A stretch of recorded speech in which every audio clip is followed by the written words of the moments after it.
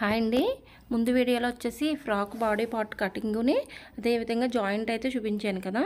ఈ వీడియోలో వచ్చేసి bottom cutting, hands cutting, stitching అయితే చూపించబోతున్నాను. బాడీ కట్ చేయగా మిగిలిన క్లాత్ని అయితే ఈ విధంగా సారీని ఏ విధంగా ఫోల్డ్ చేసుకుంటామో అదేవిధంగా 4 మడతలుగా అయితే ఫోల్డ్ చేసుకుని పెట్టుకోవాలి. బాడీ పార్ట్ కాకుండా నడుము దగ్గర నుంచి బాటమ్ పార్ట్ వచ్చేసి ఆది డ్రెస్ యొక్క లాంగ్ వచ్చేసి 38 ఇంచెస్ అయితే వచ్చింది. ఇప్పుడైతే నడాన్ని కూడా మెజర్ చేసుకోవాలి.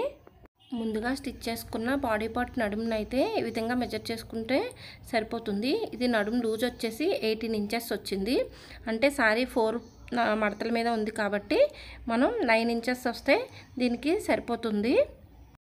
సారీ అయితే ఫోల్డ్ చేసుకున్నాం కదా. ఇక్కడ నేను చూపిస్తున్న విధంగా కార్నర్స్ దగ్గర 5.5 ఇంచెస్, ఇటు సైడ్ కార్నర్ దగ్గర 5.5 ఇంచెస్కి, అలాగే మధ్యలో నుంచి కూడా 5.5 ఇంచెస్కి మార్క్ చేసుకుని ఈ 3 డాట్స్ని కలుపుతూ రౌండ్గా అయితే డ్రా చేయాలి. ఈ రౌండ్ అంతా కూడా ఒకసారి మెజర్ చేసుకోవాలి. ఇలా డ్రా చేసుకున్న రౌండ్ 9 ఇంచెస్ వస్తే ఓకే. ఇంకా తక్కువ వస్తే కనుక ఇది కొంచెం కిందకి ఒక 1/2 ఇంచు కింద నుంచి రౌండ్ డ్రా చేసుకోవాలి. ఎక్కువ వస్తే కనుక ఒక 1/2 ఇంచు పైనుంచి డ్రా చేసుకుని మళ్ళీ మెజర్ చేసుకుని కట్ చేసుకోవాలి. చేసుకున్న తర్వాత ఇక్కడ నేను చూపిస్తున్న విధంగా కోన్ షేప్లో మరొక ఫోల్డ్ అయితే వేసుకుని పైనుంచి కూడా మనకి ఎంత లాంగ్ అయితే కావాలో అంత లాంగ్ కూడా ఈ విధంగా లైన్ డ్రా చేసుకుని ఆ లైన్ పైన కట్ చేసుకోవాలి.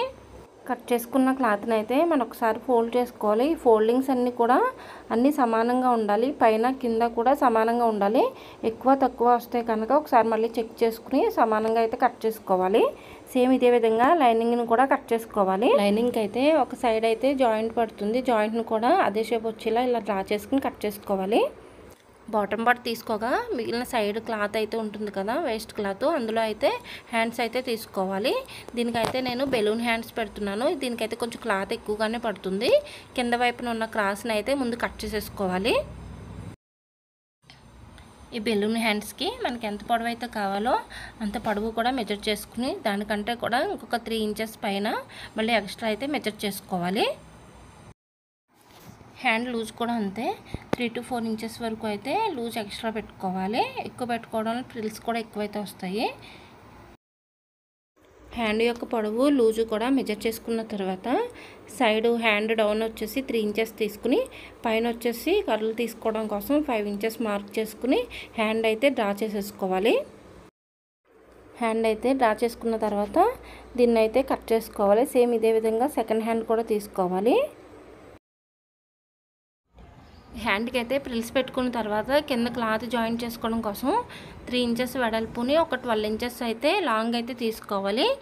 లైనింగు మెయిన్ క్లాత్ కూడా రెండింటిని కట్ చేసుకోవాలి. నెక్కి జాయింట్ చేయడం కోసం అయితే లైనింగ్ కట్ చేయగా పైన అయితే రౌండ్ అయితే ఉంటుంది కదా, ఈ రౌండ్ని అయితే నెక్ జాయింట్ చేయడం కోసం అని చెప్పి దీన్ని స్క్వేర్గా సమానంగా అయితే కట్ చేసుకోవాలి. నెక్ డీప్ని బట్టి పేపర్ క్యాన్వాస్ కూడా తీసుకుని నెక్కి అయితే జాయింట్ చేసుకోవాలి. ఇది జాయింట్ చేసుకోవడం వల్ల నెక్ అనేది స్టిఫ్గా నిలబడుతుంది.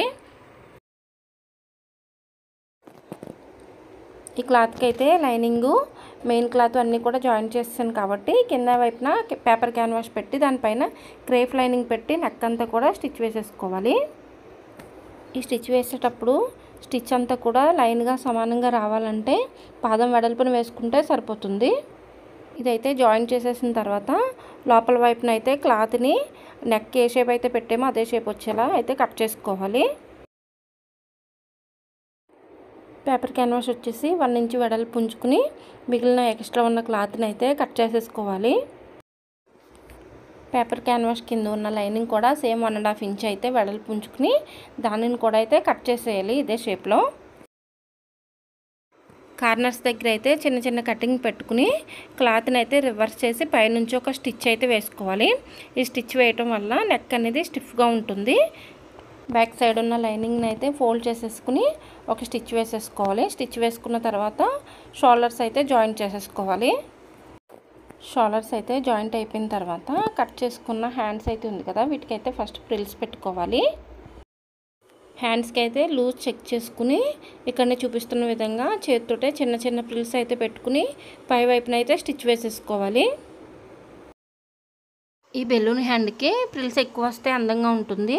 మన దగ్గర ఉన్న క్లాత్ని అయితే అడ్జస్ట్ చేసుకుని ఎంతవరకు వీలైతే అంతవరకు కూడా ఎక్కువ క్లాత్ పెట్టుకుని ఫ్రిల్స్ అయితే పెట్టుకోవాలి.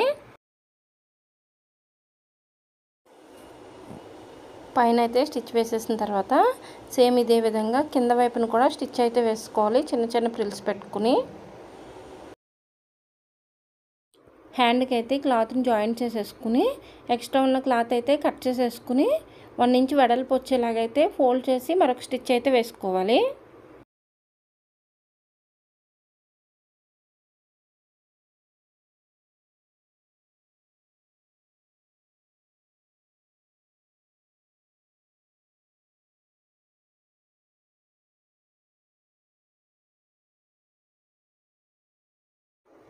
ఇలా ఫోల్డ్ చేసిన తర్వాత పైన ఒక స్టిచ్ అయితే వేస్తాము.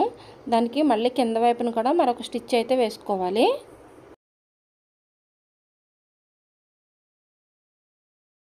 హ్యాండ్ స్టిఫ్గా నిలబడాలి అంటే కనుక క్రేప్ లైనింగ్ ఎంతైతే తీసుకున్నామో అదే మెజర్మెంట్స్తో కాటన్ లైనింగ్ కానీ పేపర్ క్యాన్వాస్ కానీ తీసుకుని దాంతోపాటు వీటిని కూడా జాయిన్ చేసేసుకోవాలి.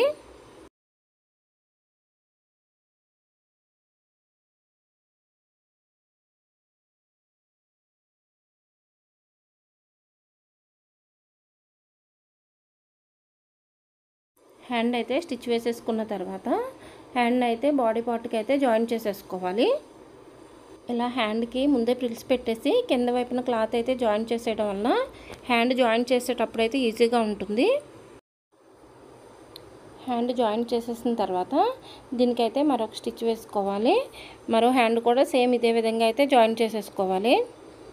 ఈ ఫ్రాక్ అయితే ఈ హ్యాండ్స్ బాగా సెట్ అయ్యాయి. ఇటువంటి మోడల్ హ్యాండ్స్ పెట్టినప్పుడు అయితే వీటికి లైనింగ్ అయితే వేయకూడదు. లైనింగ్ వేయటం వల్ల లుక్ అనేది అయితే అంత బాగా కనిపించదు. ఈ ఫ్రాక్ అయితే థ్రెడ్స్ వేయడం కోసం అని చెప్పి 1.5 ఇంచ్ వెడల్పున 50 ఇంచెస్ అయితే పొడవున క్లాత్ అయితే తీసుకుని దీన్ని అయితే సన్నగా స్టిచ్ వేసేసుకోవాలి. థ్రెడ్ అయితే స్టిచ్ వేసేసిన తర్వాత దీన్ని అయితే తిరగేసేసి దీన్ని అయితే 2 పీసెస్గా కట్ చేసుకోవాలి. ఈ థ్రెడ్ అయితే నడుం దగ్గర సైడ్ అయితే పెట్టేసుకుని స్టిచ్ వేసేసుకోవాలి. కింద వైపున ఒక 1 ఇంచ్ అయితే గ్యాప్ ఇవ్వాలి. రెండు వైపులా కూడా ఇదే విధంగా అయితే థ్రెడ్ జాయిన్ చేసేసుకోవాలి. థ్రెడ్ అయితే జాయిన్ చేసేసిన తర్వాత దీనికి మనం నచ్చిన షేప్లో అయితే కుచ్చులను పెట్టుకోవచ్చు. లైనింగ్ క్లాత్కి కింద వైపున అయితే క్లాత్ జాయిన్ చేసుకోవాలి. షేప్ అయితే కట్ చేసేసుకుని ముందుగానే రెడీ పెట్టుకున్నాను. దీన్ని అయితే క్లాత్ అయితే జాయిన్ చేసేసుకోవాలి. ఇప్పుడు జాయిన్ చేయడానికి అయితే స్టిచ్ వేసేసిన తర్వాత దానిపైన అయితే క్లాత్ పైన నుంచి ఒక స్టిచ్ అయితే వేసుకోవాలి. ఇలా స్టిచ్ వేసుకోవడం వల్ల పైన అయితే జాయింట్ కనిపించకుండా నీట్గా ఉంటుంది. అయితే ఇప్పుడు పైన మెయిన్ క్లాత్ పెట్టేసి నడుము దగ్గర అయితే ఒక స్టిచ్ వేసేసుకోవాలి. లైనింగ్ మెయిన్ క్లాత్ కూడా స్టిచ్ అయితే వేసేసుకున్న తర్వాత బాడీ పార్ట్కి అయితే జాయిన్ చేసేసుకోవాలి 2 పీసెస్ని కూడా. ఈ స్టిచ్ వేసేటప్పుడు ఒక 1/2 ఇంచ్ అయితే ఖర్చు వచ్చేలా అయితే స్టిచ్ వేసుకోవాలి.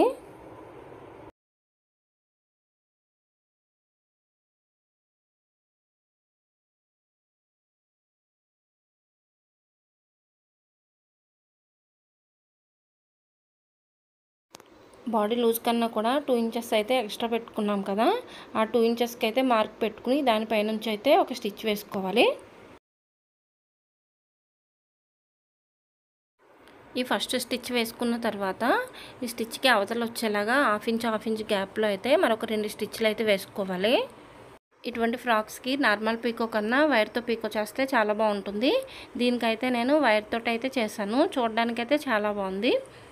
లైనింగ్కి అయితే వైర్ ఏం అవసరం లేదు, నార్మల్గా పీకో చేస్తే సరిపోతుంది. ఫైనల్గా ఫ్రాక్ లుక్ అయితే ఈ విధంగా ఉంది. Thanks for watching. Please subscribe చేసుకోండి.